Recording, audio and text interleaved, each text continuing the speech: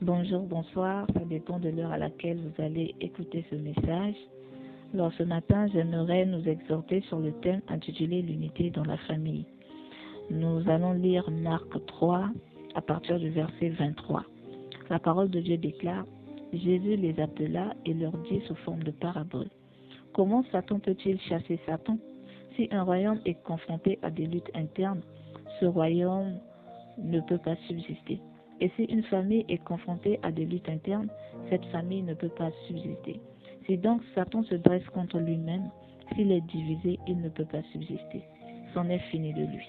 Personne ne peut entrer dans la maison d'un homme fort et piller ses biens sans avoir d'abord attaché cet homme fort.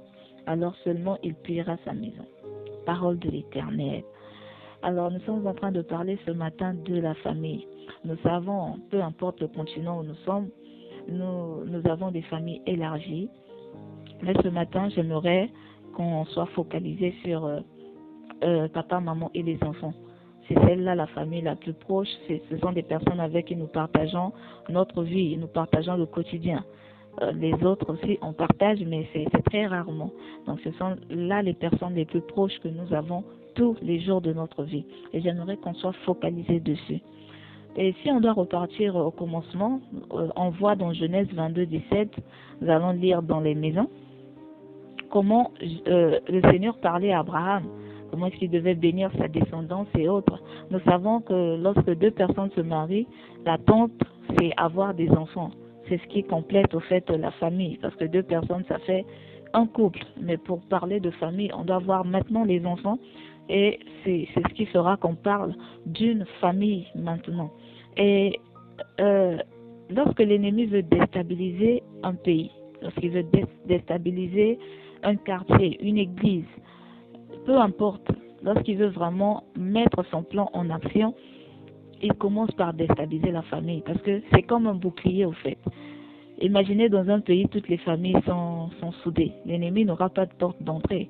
On ne va pas parler de guerre, on ne va pas parler de crise, on ne va pas parler de famine, on ne va pas parler de beaucoup de mots parce que les familles sont soudées. Mais comme nous savons que ce n'est pas possible, il y a toujours quelque part des familles qui sont divisées. Et ce matin, nous allons voir comment ça se fait que les familles soient divisées.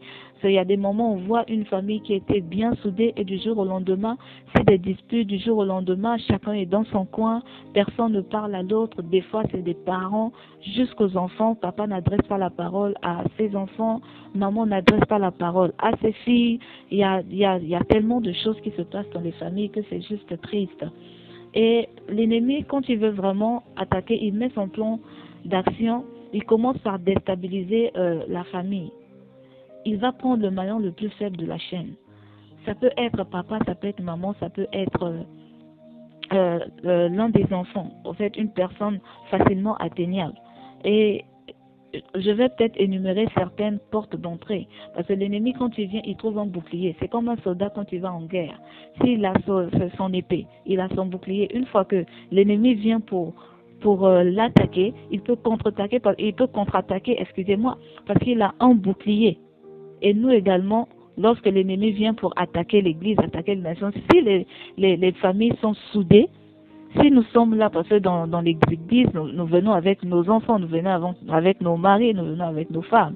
Et si nous sommes soudés, l'ennemi n'aura pas. C'est comme un bouclier, en fait. La famille, c'est comme un bouclier pour une nation, un bouclier pour une Église, pour un quartier et tout ce qui va avec. C'est un bouclier que nous avons. Et l'ennemi, pour pouvoir se faire un chemin, il doit enlever ce bouclier-là. Et pour enlever ce bouclier, il va utiliser le maillon le plus faible de la chaîne. Il peut passer par créer des querelles dans la famille, la jalousie, créer des rancunes, créer de la division en tout cas. Et ce matin, nous allons parler au fait de ces choses au fait qui permettent à l'ennemi de se faire une porte d'entrée. Comme j'ai dit en amont, nous allons nous focaliser sur papa, maman et les enfants. Et l'ennemi peut se servir de n'importe qui. Je prends un exemple. Dans la maison, il y a peut-être un enfant qui est très discret. Il est très sage et les frères lui parlent beaucoup. Un peu comme disons dans la famille de Jacob, il y avait Joseph. c'est un enfant hors pair. En fait, c'est un enfant que le papa aimait beaucoup. On sait que dans les familles, il y a aussi ce genre de choses. Et c'est un enfant discret. Peut-être que maman prend cet enfant pour lui dire ses secrets, papa également, peut-être il y a l'un des frères ou bien une grande sœur qui lui dit également ses secrets, peu importe, douleur, moment de joie. Vous prenez cet enfant, vous lui parlez. Et une fois que l'ennemi veut attaquer, il ne va pas passer par une autre personne, ce serait seulement cet enfant-là. Ce serait le même enfant. On va commencer par lui mettre des idées dans la tête. L'ennemi va attaquer ses pensées. Il va commencer par attaquer les pensées. Parce que c'est par là que l'ennemi commence. Il va attaquer ses pensées. Il va commencer à se dire dans sa tête, mais ce que papa m'a dit, il m'a dit de ne pas dire. Mais je peux dire ça à maman, ça va faire quoi? C'est sa femme. Je peux dire à X, c'est maman. Je peux dire à Y. Voilà, et ça commence comme ça. Ce sont des choses peut-être qui devait créer quelque chose dans la maison, on a dit de ne pas dire, mais cet enfant va et ouvre la bouche et c'est fini. On voit entre papa et maman, là-bas c'est la bagarre, entre les frères et les sœurs c'est compliqué, entre papa et les enfants on commence à taper là où on ne tapait pas. Il y a maintenant beaucoup de choses et l'ennemi s'est servi de cet enfant-là pour se créer un chemin. En dehors de ça, il peut avoir, toujours dans le même ordre, un enfant que papa aime tant, et il lui fait du bien, il lui met un certain rang à un certain niveau que les autres peut-être n'apprécient pas. Que les autres et très souvent ce sont les benjamins, vraiment que les parents aiment, très souvent. Et lorsque Dieu rappelle, soit le papa, soit la maman, qui chouchoute cet enfant-là, les autres peut-être sont déjà très âgés, beaucoup âgés, il y a peut-être beaucoup d'écart, il y a d'autres qui travaillent déjà, et on se dit, bon, maintenant que celui qui est en train de le chouchouter est mort, on va voir comment il va s'en sortir. Et c'est à ce moment-là que ça devient compliqué. L'enfant ne trouve plus de l'aide. L'enfant commence à... C'est des fois tellement triste, on voit, bon, les autres ont étudié, mais lui, il n'a peut-être pas fini son cursus, il n'a peut-être pas fait de longues études, il a un boulot qui n'est pas assez noble et tout. La vie est difficile pour lui, juste parce qu'il y a eu ça. Papa a créé une division par lui-même. Quand il est parti, il n'a pas su ce qu'il a créé derrière. Mais de son vivant, lui-même, il a créé ça au fait. Donc l'ennemi s'est également servi de lui pour diviser sa famille après lui. Après lui. Ce sont des choses vraiment, en passant, ce sont des choses que nous, parents, nous devons éviter. Nous devons éviter en tant que parents, nous devons faire des choses de façon égale.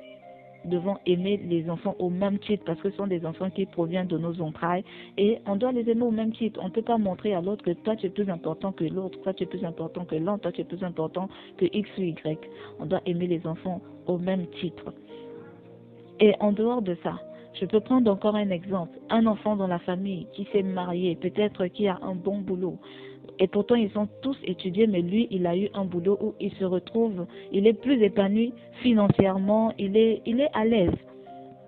Et du coup, ça peut créer aussi la jalousie dans les cœurs entre les frères. Peut-être que l'aîné, lui, il n'a pas trouvé quelque chose de semblable. Il va se dire, mais lui, c'est le petit frère, comment ça peut se faire? On a tous étudié, j'étais peut-être même plus intelligent que lui à l'école. Comment ça peut se faire et tout?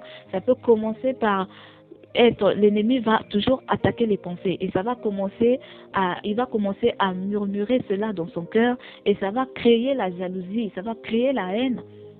Il va voir qu'il va plus commencer par se comporter comme il se devait avec son frère ou avec sa sœur. Des fois, ce n'est pas forcément lui-même. Il peut un jour entrer en lui et se demander pourquoi je me comporte de la sorte. Mais ce n'est pas de sa faute.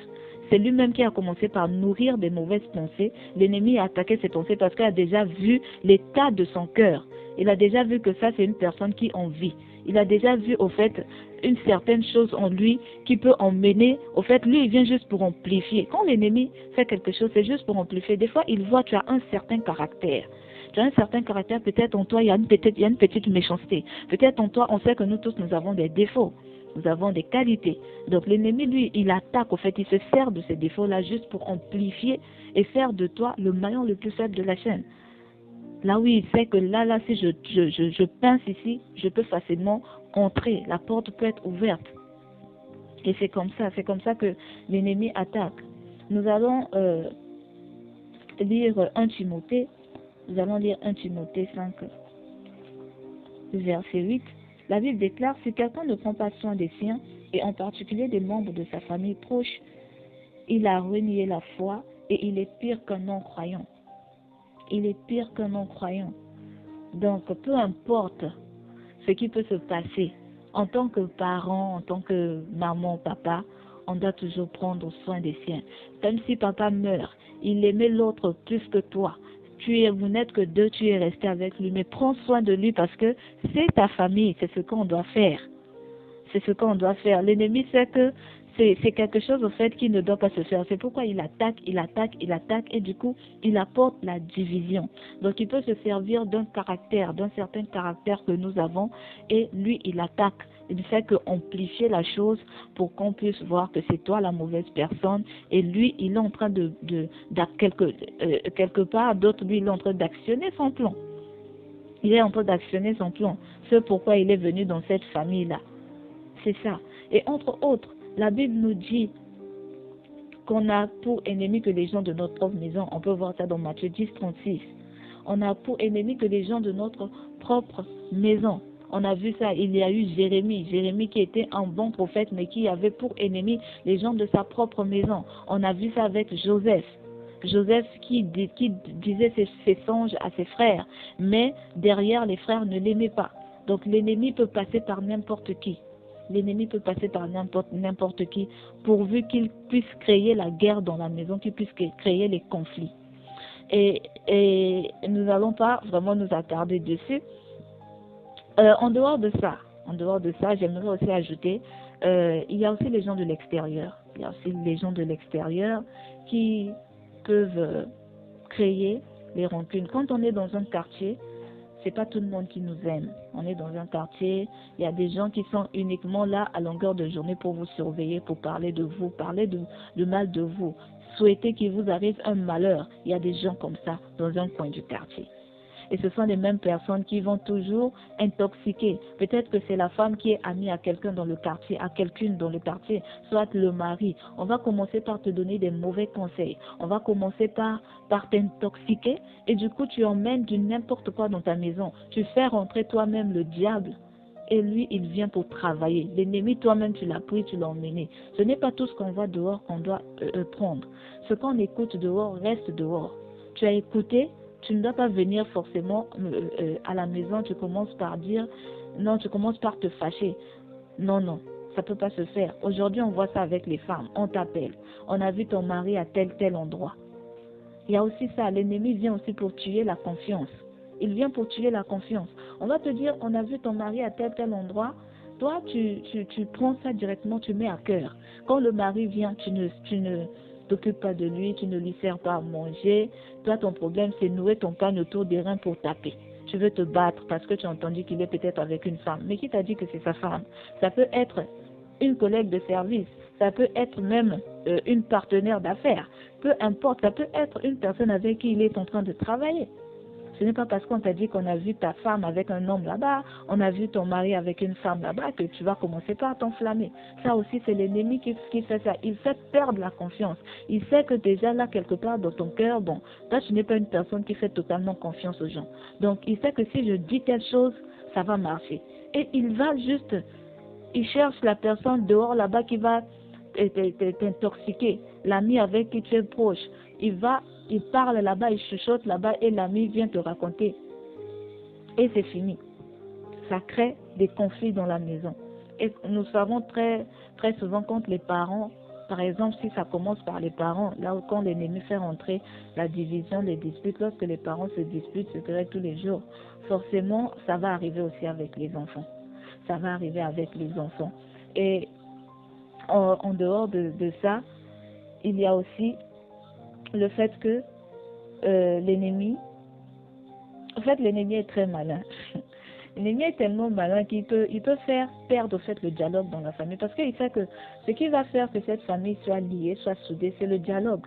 Ah, tu as quelque chose, bon papa j'ai besoin de telle chose, bon peut-être la femme, très souvent c'est entre mari et femme, bon il y a telle situation, bon on va mettre ça sur la table, on va discuter. Mais l'ennemi fait à ce que le dialogue ne puisse plus exister dans la maison.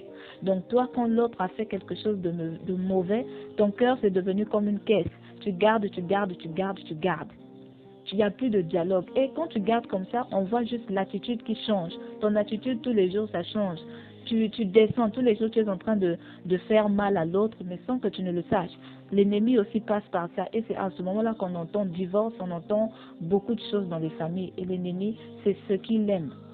Et nous, en tant que chrétiens, ce qu'on doit faire, c'est de contrecarrer l'ennemi. Et qu'est-ce qu'on doit faire pour contrecarrer l'ennemi? C'est demeurer en Dieu. Ça, c'est un. Nous devons demeurer en Dieu. C'est le premier point pour contrecarrer les plans de l'ennemi. Pour ne pas que notre famille soit déstabilisée, pour ne pas que l'ennemi atteigne notre famille. On doit demeurer en Dieu. Lui-même, il nous le dit dans sa parole que nous devons demeurer en lui.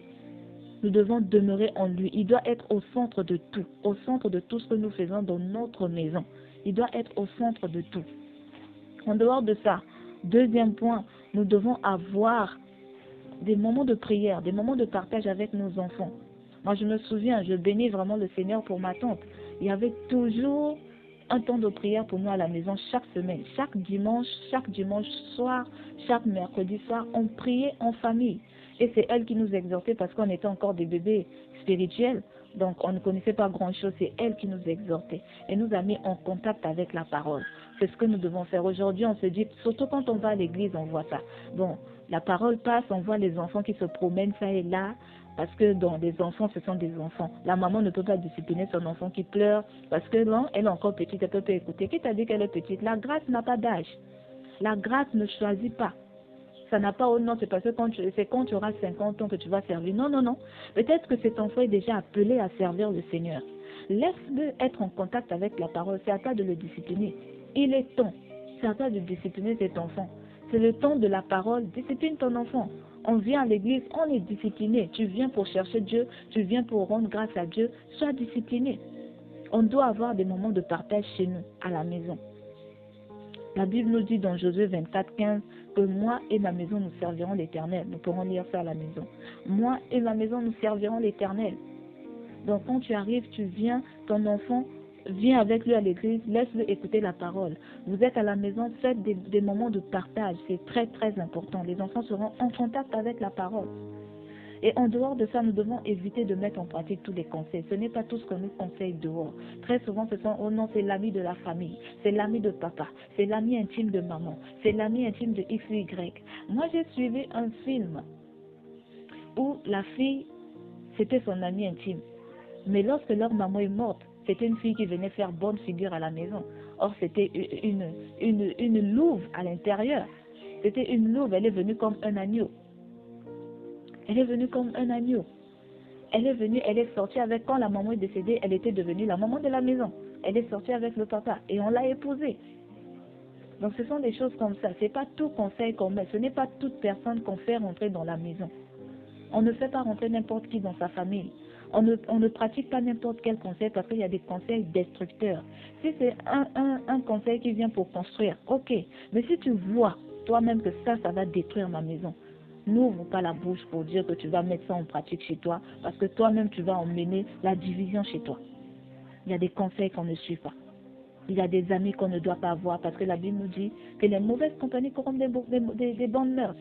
Les amis, les enfants qui ont des amis à l'école, des amis peut-être qui vont dans les boîtes, les bars. Toi, tu as emmené ton enfant sur le chemin de Dieu. C'est-à-dire quand tu lui parles de Dieu lui-même, il sait quel type d'amis il doit avoir. On doit sélectionner nos amis. On doit sélectionner nos amis. Ce n'est pas n'importe qui. Oh non, c'est l'ami de la famille. Oui, c'est l'ami de la famille, mais tu n'es pas obligé de tout lui dire. Tu n'es pas obligé de tout lui dire. Ce qui est pour toi, ça reste pour toi. Ce qui est entre ton mari, entre tes enfants, ça reste entre vous. Les incompréhensions, ça reste entre vous parce qu'en fait, on est humain. Là où il y a des humains, forcément, il y a des incompréhensions, il y a des problèmes. Mais des problèmes qui peuvent être réglés. Mais quand tu prends, tu dis à l'autre, qui te dit que l'autre est content de ton bonheur? Qui te dit que l'autre est content que tu sois marié? Qui t'a dit ça? Qui t'a dit que l'autre est content que tu sois que tu as des parents qui ont tant d'argent, qui sont si épanouis financièrement? Qui t'a dit qu'ils sont contents? On peut te donner des conseils pas bien. Donc ce n'est pas tout qu'on doit suivre. Et en dehors de ça, nous devons apprendre à nous supporter les uns les autres. Ça, c'est le quatrième point. Nous devons apprendre à nous supporter les uns les autres. La Bible nous le dit dans 1 Corinthiens 13, 7. On nous a dit que l'amour supporte tout. L'amour excuse tout. Nous devons nous supporter les uns les autres. Tu aimes ta soeur, tu aimes ton père, tu aimes ta mère, avec ses défauts, ses qualités, aime-le comme il est. C'est pas à toi de changer un homme, mais c'est Dieu qui change.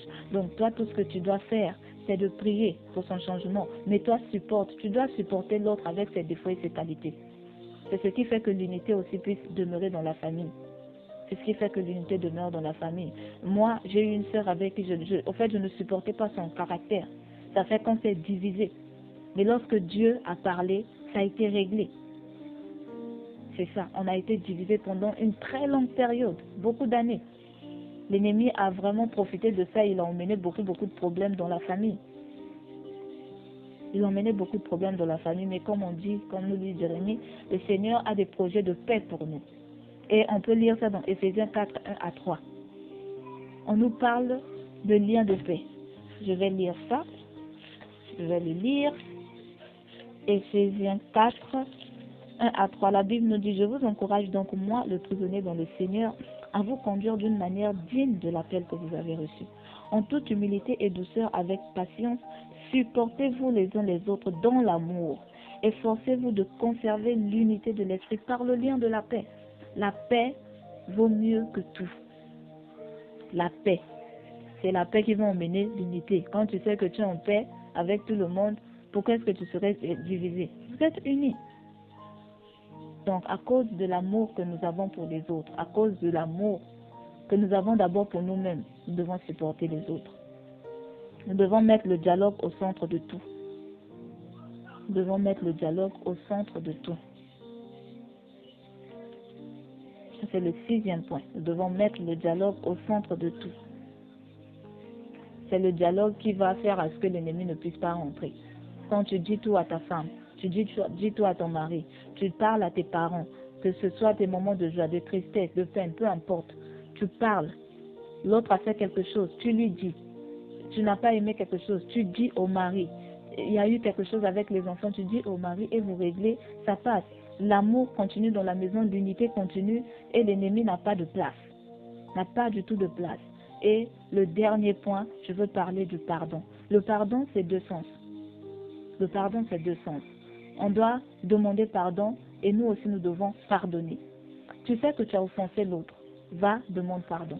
L'autre t'a offensé et qu'il vient te demander pardon, accepte. Parce que la Bible nous le dit dans Matthieu 6, 14 que si nous n'acceptons pas le pardon des autres, notre Père aussi ne nous pardonnera pas. Il ne nous pardonnera pas. Donc nous devons pardonner. Le pardon, c'est même la base. Le pardon, c'est ce qui garde l'unité. Quand tu pardonnes, l'infidélité du mari, pardonne. L'adultère du mari, pardonne. On sait que ce n'est pas facile à vivre. Mais à cause de l'amour que tu as pour lui. Parce qu'on dit que aujourd'hui, on dit que 1 plus 1 égale à 1. Mais moi, je sais que Dieu, c'est le Dieu de la multiplication. Ce n'est pas le Dieu de l'addition. Donc, j'aimerais dire que c'est 1 fois 1 qui nous fait 1. Parce que c'est parce que tu t'es mis avec l'autre, vous vous êtes multipliés, vous avez donné des enfants. Donc c'est la multiplication. C'est pourquoi vous êtes une seule chair. Vous êtes une seule chair. Et donc, si vous êtes une seule chair, l'autre a fait, tu considères comme si toi aussi, c'est toi qui as fait. Et l'autre vient te demander pardon en toute humilité, en toute douceur. Mais ma chère, pourquoi tu refuses? Accepte le pardon et continue le chemin. Parce que l'ennemi, lui, il attend seulement cela. Il a trouvé quelque part, il a trouvé quelque chose en chemin, il a séduit le mari, il a séduit la femme est tombée, ou le mari est tombé, il attend le divorce. Parce que c'est ça, il attend le divorce. Mais si vous vous aimez, si tu considères vraiment l'autre, tu te dis, bon, je suis prêt à le supporter. Parce que quand tu as dit oui, c'était pour le meilleur et le pire. Et le pire, ce sont toutes ces choses. L'adultère, l'infidélité, le changement d'attitude, c'est tout ça. Le mariage, c'est pas seulement les roses, il y a des épines. Il y a des épines. C'est tout ça qui constitue le mariage. C'est tout ça qui constitue le mariage. Et donc, nous devons nous pardonner. On dit que le pardon est une puissance qui libère. Nous devons nous pardonner. Nous devons avoir l'amour pour les autres. C'est ce qui va garder l'unité dans notre famille. C'est ce qui gardera l'unité. C'est ce qui gardera l'unité. Donc, que le Seigneur nous bénisse. C'est ce que j'avais à partager avec nous ce matin pour ne pas déborder. Je sais que peut-être l'esprit n'a pas fini de tout dire, mais Si Dieu peut faire grâce, on reviendra sur ce thème. Néanmoins, mettons en pratique ce que nous avons écouté ce matin et nous verrons que l'ennemi n'aura plus accès dans nos familles. Il n'aura plus du tout accès. Il n'aura plus du tout accès à nos familles. Il n'aura plus de porte d'entrée. Il n'aura plus d'issue. Parce que nous aurons tout fermé avec l'amour. Nous aurons tout fermé avec le pardon et la famille sera unie, soudée jusqu'à l'avènement de Christ. Et c'est notre souhait, c'est ma prière ce matin, que le Seigneur bénisse vos familles, qu'il mette la paix, qu'il mette la joie, qu'il mette l'harmonie, l'amour, le pardon, qu'il donne cette facilité de pardonner et d'accepter le pardon des autres. Dans le nom de Jésus, soyez bénis ce matin. Amen.